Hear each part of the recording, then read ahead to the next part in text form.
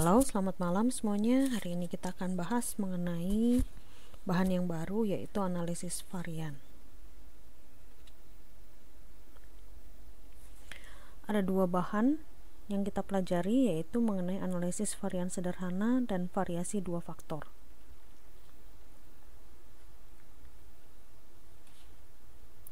Nah, kegunaan dari analisis varian adalah suatu teknik untuk mengetahui perbedaan atau persamaan dua atau lebih observasi dengan cara mengadakan perbandingan antara dua atau lebih rata-rata. Diasumsikan bahwa berbagai rata-rata sampel dihitung harus berasal dari populasi yang memiliki distribusi normal dan memiliki varian yang sama. Dan perlu juga diingat bahwa normalitas distribusi suatu populasi tergantung pada dua parameter, yaitu rata-rata dan varians. Itu kita peroleh dari standar deviasi kuadrat. Sebagai contoh, di sini ada 3 buah mesin yang memiliki output yang berbeda-beda. Yang ingin ditanyakan adalah apakah mesin tersebut benar-benar berbeda, atau dengan kata lain, apakah memang ada perbedaan rata-rata dari populasi tersebut. Nah, perbedaannya muncul hanya karena perubahan fluktuasi saja atau random.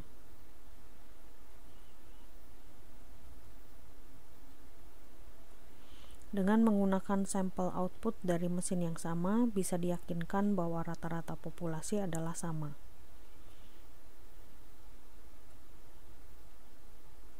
Nah, hipotesisnya untuk H0 adalah di mana mesin 1, mesin 2, dan mesin 3 tidak ada perbedaan.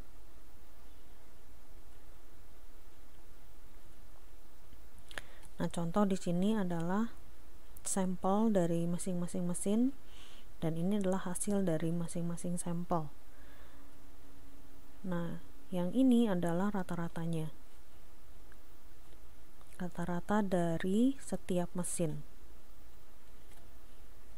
Nah, sedangkan untuk X double bar adalah rata-rata dari rata-rata. Jadi dari rata-rata 3 mesin ini dirata-ratakan kembali, maka diperoleh hasil 52. Nah, bagaimana cara menguji perbedaannya? Pertama, menghitung rata-rata dari sampel dari tabel 1, hitung variansnya dari rata-rata sampel, dan gunakan rumus standar deviasi kuadrat. Ini adalah rumusnya, diperoleh 13.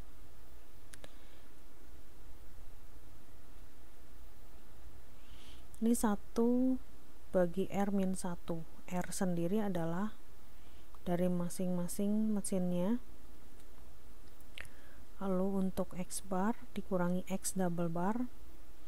Jadi contoh untuk kasus ini, yaitu X bar mesin 1 adalah, atau rata-rata mesin 1 49, dikurangi rata-rata dari rata-ratanya 52, dikuadratkan. Lalu ditambah rata-rata dari mesin 2 dikurangi rata-rata dari rata-rata, dikuadratkan. Demikian juga untuk yang mesin 3 dikurangi rata-rata dari rata-ratanya, dikuadratkan. Maka diperoleh hasil standar deviasi atau variansnya, standar deviasi kuadrat atau varians sebesar 13. Oke, di mana R adalah banyaknya baris atau rata-rata sampel. R di sini karena 3 mesin, jadi 3 dikurangi 1.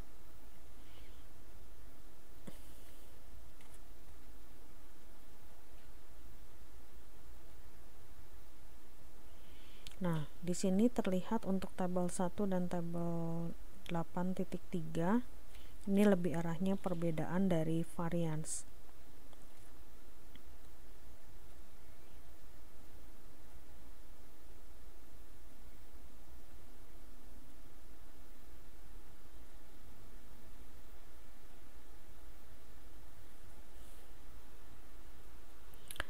Nah, ini juga sama untuk rumus yang ini,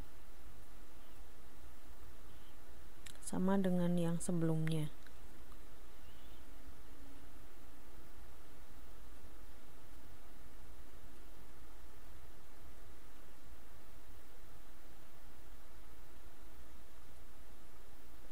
Nah, Fisher ratio ini berguna untuk melihat apakah variansnya lebih besar relatif terhadap varians yang lain. Dengan kata lain, rasionya ini menguji untuk menggunakan rumus Fisher.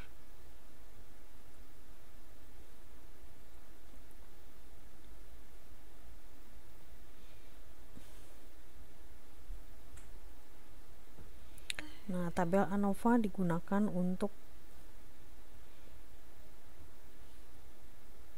menjelaskan varian yang tidak dijelaskan dibandingkan dengan varian yang tidak dijelaskan. ANOVA adalah singkatan dari Analysis of Variance. Seringkali rasio F juga disebut rasio variance. Nah, ini adalah rumus yang digunakan untuk ANOVA.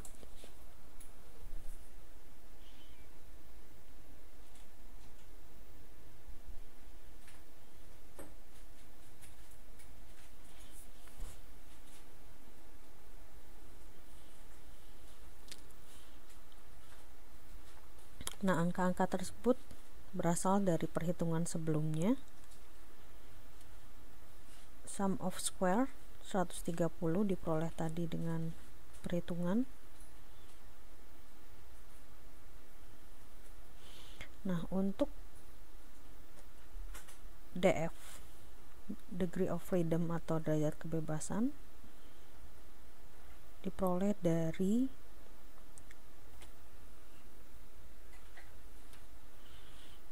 jumlah mesin dikurangi 1. Jadi tadi ada 3 mesin, dikurangi 1 jadi 2. Lalu untuk mean of square, rata-rata jumlah kuadrat, 65 diperoleh dari 130 dibagi 2.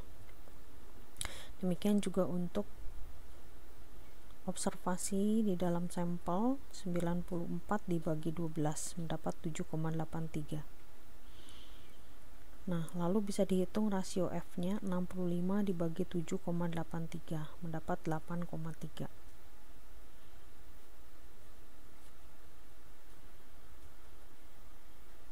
Baris pertama dikatakan sebagai rasio F. Baris kedua disebut penyebut rasio F.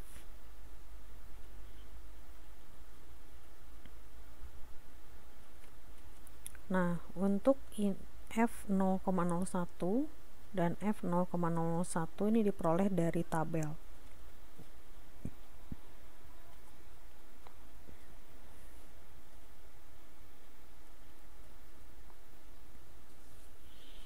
Nah, bagaimana untuk sampel yang tidak sama banyaknya? Inilah rumus-rumus yang bisa digunakan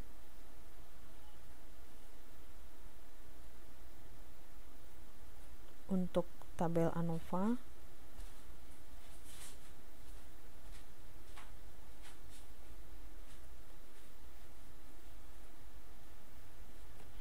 Nah, di sini perbedaan dari tabel sebelumnya. Di sini adalah ada jumlah mesin dan juga ada masing-masing operatornya.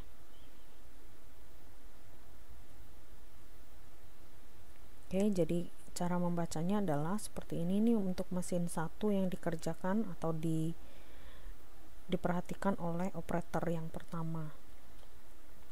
Lalu untuk 47 ini adalah mesin 1 yang dikerjakan oleh operator kedua dan seterusnya. Dan inilah rata-rata dari masing-masing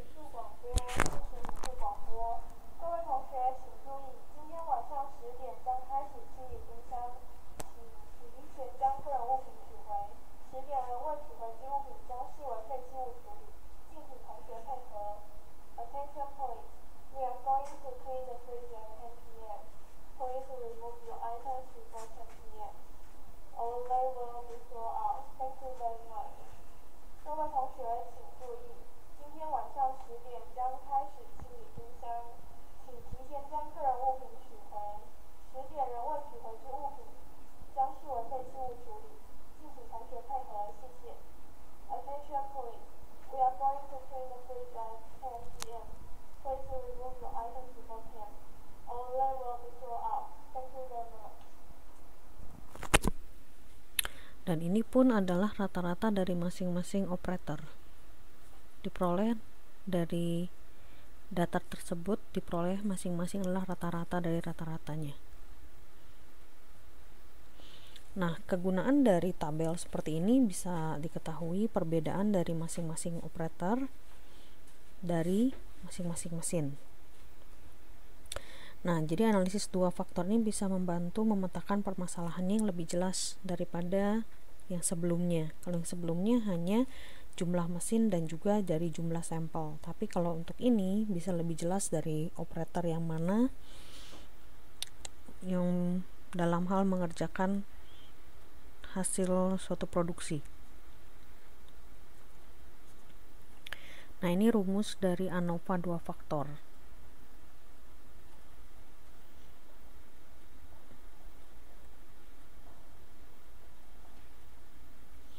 Nah, dari tabel 8.9 bisa diaplikasikan ke dalam tabel 8.8. Di sini adalah sum of square. SS itu adalah sum of square dari masing-masing row, kolom, dan keseluruhan. Nah, ini 5 diperoleh dari 5 sampel. Lalu ini 49 adalah dari masing-masing operator. 49 ini adalah rata-rata dari mesin 1 dikurangi rata-rata dari rata-ratanya.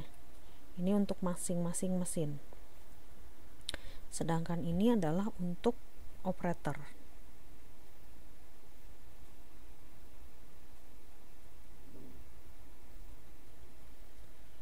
Bisa dilihat dari tabel sebelumnya.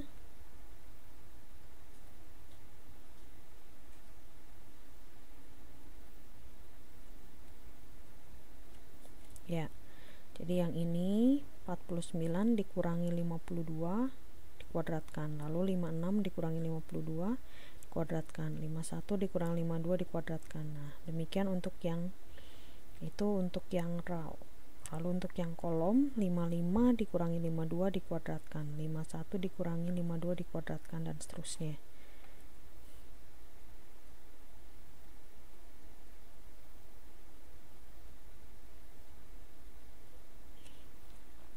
Maka akan diperoleh hasilnya 72.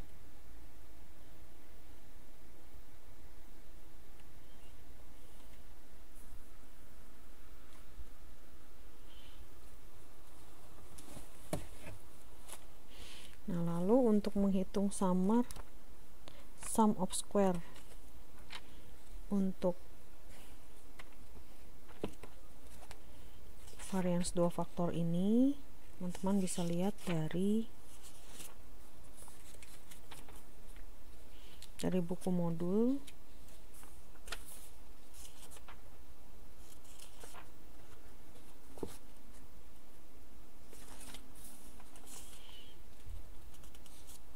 Ya, teman-teman bandingkan dari tabel 8.8.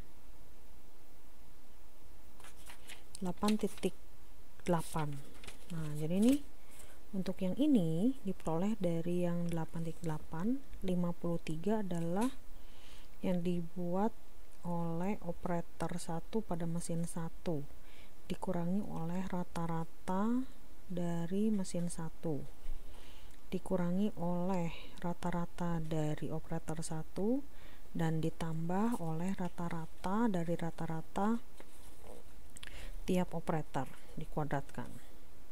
Selanjutnya